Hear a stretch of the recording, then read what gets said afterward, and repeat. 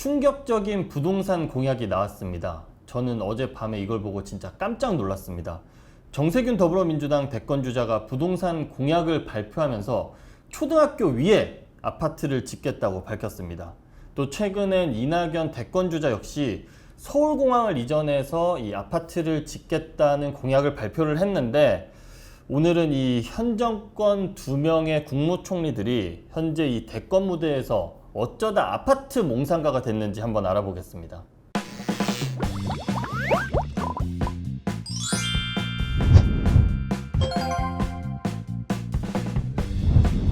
정세균 전 총리가 이 부동산 공약을 발표한 다음에 온라인에서 아주 화제가 됐던 사진입니다. 이게 한 네티즌이 합성한 사진인데, 여기 이 초등학교 위에 이 주상복합 같은 이 아파트 단지가 이제 올라서 있는 모습인데, 이게 상상해서 이제 합성을 한 사진이 되겠죠. 이 정세균 전 총리는 이 도심지 국공립 학교 부지를 이용해서 이렇게 5층까지는 학교로 그대로 이용하고, 여기 6층 이상부터는 주거 공간을 넣는 방식을 제안했습니다. 6층 이상 이 주거 공간에는 학생이 학교를 다니는 동안에는 이 학부모들이 거주할 수 있도록 하겠다고 밝혔는데, 이 방식을 통해 서울에서만 약 20만 호를 추가 공급할 수 있다고 밝혔습니다. 이따가 이 어떻게 20만 호가 나오는지 한번 낱낱이 제가 분석을 해볼 거고요. 초품화가 유행하니까 이 초등학교 위에 아파트라는 이 어떻게 보면은 기발한 아이디어라고 할 수 있는데, 이게 실제로는 얼마나 부작용이 많은지도 한번 알아보겠습니다. 현재 학교 부지는 주거지가 아니기 때문에 당연히 이 학교에다가 아파트를 지으려면 법을 바꿔야만 합니다. 용도를 변경해야 되는 건데, 법이야말로 뭐 민주당이 현재 절대 다수 의석을 차지하고 있으니까 사실 뭐 바꾸는 건 크게 어렵지 않습니다.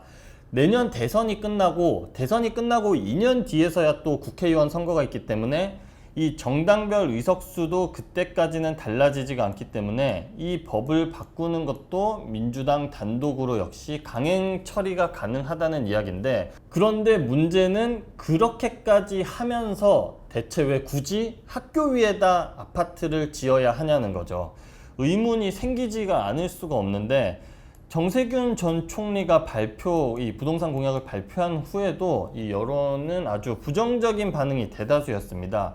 오죽하면 허경영 씨가 평범해 보인다, 이런 댓글 반응도 있었고, 학교 지하도 한 10층까지 파지, 이런 좀 우스갯소리들도 많이 나오고 있습니다. 그렇다면 이게 과연 누구를 위한 주택 공급이냐, 과연 부작용이 없는지 한번 알아보려고 하는데, 학교는 다들 알다시피 안전상의 이유로 이 최근에 외부인들의 출입을 아주 엄격히 제한하고 금지하고 있는 상황이고, 그래서 다들 뭐 보셨을 수도 있겠지만 최근에 학교 정문 앞에 가보면은 학교 보안관이라고 해서 보안관들이 이제 학생들의 안전을 좀 지키고 있는, 정문 출입을 이제 통제하는 그런 역할을 하는 보안관들도 많이 볼 수가 있고요. 또 최근에 이 여러 차례 그 언론에서도 접할 수 있는데, 아이들 안전을 위협하는, 외부인들의 출입으로 아이들 안전이 위협하는 그런 사고들도 실제로 생기기도 했었고요.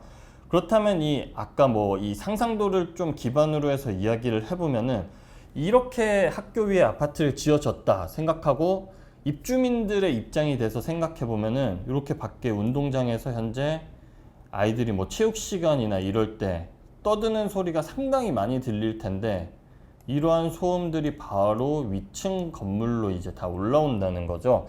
안 그래도 요즘에 층간소음 때문에 스트레스를 받는 분들이 많은데, 이 운동장 소음이라든지 수업 종소리, 이게 시시각각 계속해서 이제 날 텐데, 이에 따른 이제 소음 문제가 아주 심각하게 발생할 우려가 있고요. 또 한편 이제 학교의 교사 입장에서도 한번 생각해 볼 수가 있는데, 교사 입장에서는 위층에 우리 아이들의 학부모들이 다 이제 거주를 하고 있습니다.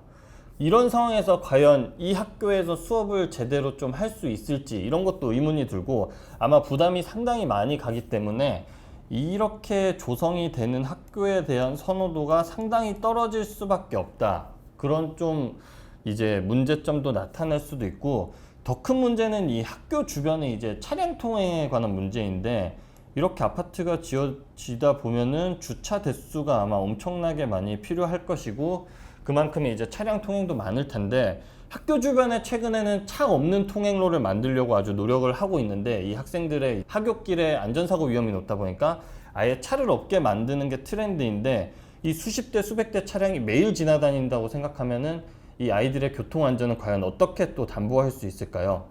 이 정세균 총리가 총리 재임 당시에 이 한 초등학교를 찾은 사진인데, 대체 정세균 전 총리께서는 이 학교를 어떻게 인식하고 있길래 이런 발상을 할 수 있는지 정말 의문이 됩니다. 그리고 이런 학교에 대한 인식이 다른 선진국들과는 아주 정반대로 향하고 있는 것 같아서 참 위험해 보이기도 합니다.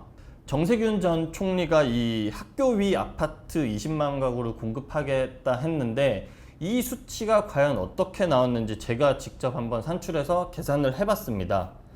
이 서울 시내 초중 고등학교 수를 제가 파악을 해보니까 대략 1,300곳이라는 이제 결과가 나왔는데, 이게 초등학교, 중학교, 고등학교 모두 합친 숫자입니다. 1,300곳이.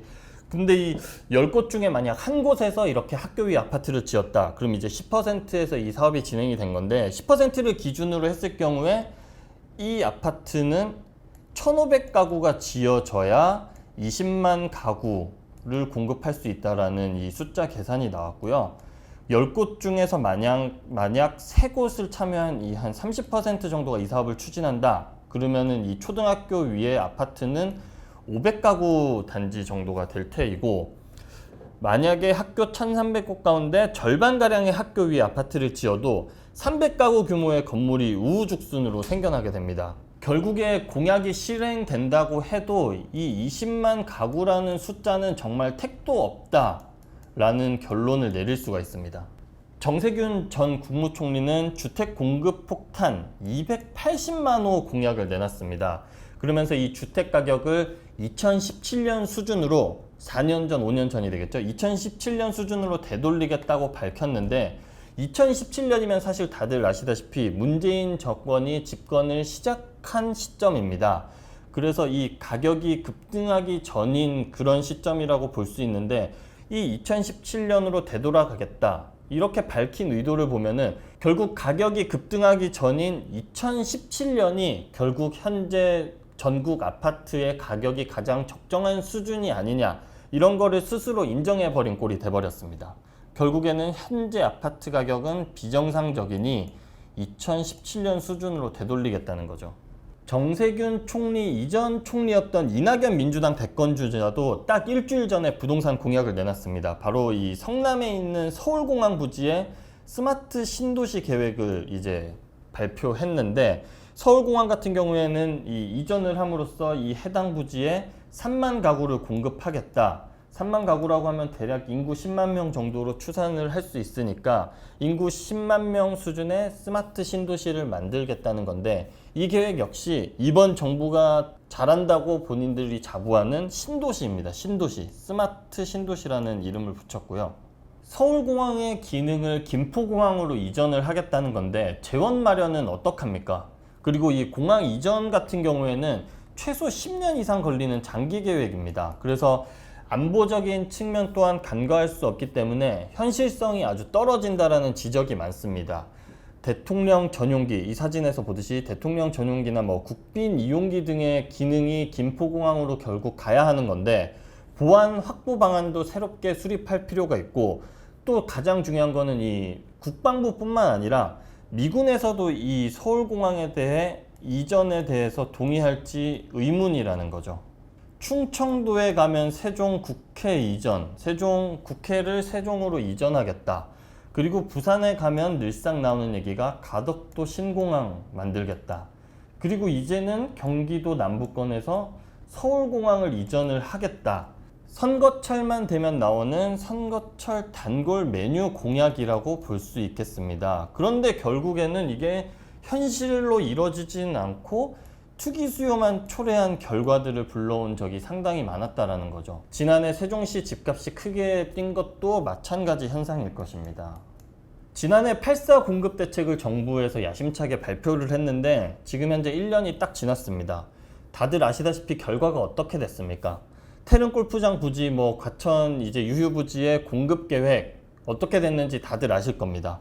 13만 2천 가구를 공급하겠다고 작년에 발표를 했는데, 일부 후보지만 좀 지정이 됐을 뿐, 현재 이 8.4 공급 대책 여전히 맹탕, 헛바퀴만 돌고 있다라는 비판이 나오고 있습니다. 이런 가운데 또 나온 게 바로 이 초등학교 위 아파트 20만 가구, 그리고 서울공항을 김포로 이전을 하면서 이 서울공항 부지에 아파트 3만 가구를 짓겠다.